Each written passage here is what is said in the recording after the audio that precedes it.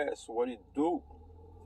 Yo, je vais vous parler d'un événement que j'avais été voir samedi passé, comme vous avez pu voir dans les vidéos, les photos. J'avais été au Bike and Tattoo Show de Saint-Hyacinthe, qui était quand même, c'était vraiment une belle expérience parce que j'ai pu voir beaucoup d'artistes que j'aime bien, que je suis sur Internet, des artistes que j'aime leur art, des tatoueurs, puis même d'autres genres d'artistes, ceux qui font du airbrush, des trucs comme ça. Puis je suis tombé sur cet artiste-là, Fito, que je suivais depuis peut-être 2-3 ans sur Facebook, puis Instagram et tout. Le gars est une machine, man. S'il y a une motocyclette qui a un airbrush, puis une voiture qui a un airbrush quelconque de renommée, là, comme c'est qui est détaillé, on peut... Most of the time, c'est sûr Fito, il y a à voir là-dedans. C'est sûr que Fito, il a touché, puis il a mis de l'effort, il a mis du travail, il a mis du sien, comme on dit. Puis lorsque je l'ai rencontré, ben, je l'ai vu, puis j'ai dit, ah, yo, j'allais poser une question, poser deux questions ou trois comme ça, juste sur l'art, sur comme son développement artistique et tout. Puis il y a une chose qu'il m'a dit qui m'a marqué vraiment, puis ça c'est, dès qu'on a commencé à parler, c'est ça qu'il a dit, là. Il est arrivé, puis il m'a dit, tu sais, on dirait que j'ai jamais pu trouver ma place. On dirait que j'ai jamais pu trouver ma place dans le milieu, dans le game, parce que comme si, quand je suis arrivé, on dirait que j'étais comme un imposteur, puis il n'y avait pas sa place à faire du airbrush. Puis que maintenant qu'il est à ce niveau-là, puis que ça fait 31 ans, 32 ans qu'il me disait qu'il a commencé.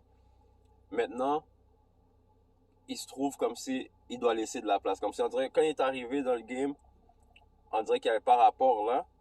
Puis maintenant, avec la notoriété qu'il a, c'est comme si qu'il devrait laisser de la place aux autres. Fait qu'il n'a jamais su où se mettre. Puis moi, quand j'ai écouté ça, tu sais, j'étais comme shit, man, parce que je regarde le nombre de temps que j'ai commencé à apprendre à dessiner. J'ai commencé à juste, tu sais, moi, j'ai appris à dessiner tout seul, avec Internet, des livres à la bibliothèque et tout. Puis, tu sais, je me suis auto-appris à dessiner. Vraiment, from scratch. Puis, même le tattoo, c'est la même chose, c'est from scratch. YouTube University. Puis, l'apprentissage. Puis, des fois, tu vas sentir que t'es pas à ta place, ou bien on dirait que t'as genre le syndrome de l'imposteur. Mais lorsque tu fais quelque chose, puis que t'aimes ce que tu fais, je pense que c'est de prendre le temps, puis d'accepter le temps aussi. Il va y avoir des erreurs, il va y avoir des bons coups, il va y avoir des mauvais coups. Mais c'est d'accepter le processus, d'accepter le temps. Puis d'être ouvert aux autres personnes qui arrivent derrière toi. Parce que tu sais, le master qu'on regarde en haut de la montagne, il a été un apprenti à un certain moment donné. Puis c'est d'accepter puis de comprendre ce passage-là. Tu sais, dans l'art du tatouage, souvent il y a beaucoup d'ego, il y a beaucoup de secrets, il y a beaucoup je vais pas passer la flamme, je vais pas passer d'informations de peur que comme soit la clientèle se divise, de peur que l'artiste à qui tu vas montrer les nouvelles techniques, il va devenir meilleur que toi ou quoi que ce soit. Mais moi, je le vois pas comme ça. Je le vois plus comme une partage de connaissances. Avant, tout était fermé. Il fallait que tu sois dans des milieux vraiment secrets, des milieux vraiment raffermés, rapprochés pour avoir cette information-là. Tandis que maintenant, avec Internet, une connexion invisible, on peut communiquer, puis on peut parler avec tout le monde, puis on peut s'échanger.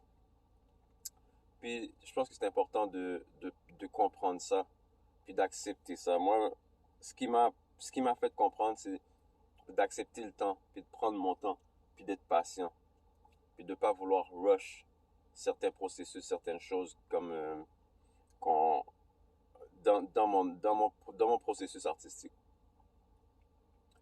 Puis ça m'a marqué, man, parce que le gars, c'est la pointure, là, c'est la pointure du airbrush, la pointure de l'art sur les véhicules là au Québec, là, c'est une grosse chaussure. Puis le fait qu'il m'a donné cette information-là, puis qu'il m'a dit, tu sais, prends ton temps, continue, lâche pas, pratique. Puis ça va arriver, lorsque tu vas arriver, tu vas toujours trouver des erreurs, tu vas toujours trouver que ton travail est pas à son 100%, mais at least c'est que tu vas aimer ce que tu fais. Puis c'est quelque chose que comme vraiment moi je struggle avec, je me bats vraiment avec ça, c'est que je trouve tout le temps des erreurs dans ce que je fais, je trouve tout le temps que je suis pas au niveau que je voudrais être. Puis, je me dis que c'est la détermination, la pratique, puis la discipline qui va faire que je vais y arriver où est-ce que je vais être, puis la patience. Puis, comme je dis souvent, c'est que je le fais parce que j'aime ça. Je le fais pas parce que je veux devenir riche ou whatever. C'est sûr que le côté financier vient avec, mais je le fais parce que je veux que ma fille me voie mettre la discipline, mettre l'effort, puis pratiquer parce qu'elle sait que j'ai commencé from scratch. Puis le niveau que je veux atteindre dans ma tête, lorsque je vais l'atteindre, ben elle va le voir, puis elle va dire, oh shit, mon père a travaillé, puis il m'a donné ces notions-là de patience, de pratique, puis de persévérance. Les 3 P, Charlotte à mon cousin. Tu sais,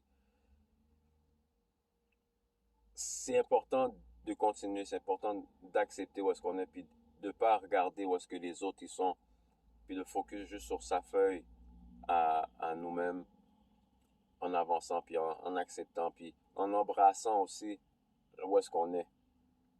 Still, guys, sur ce, let y'all go. Peace.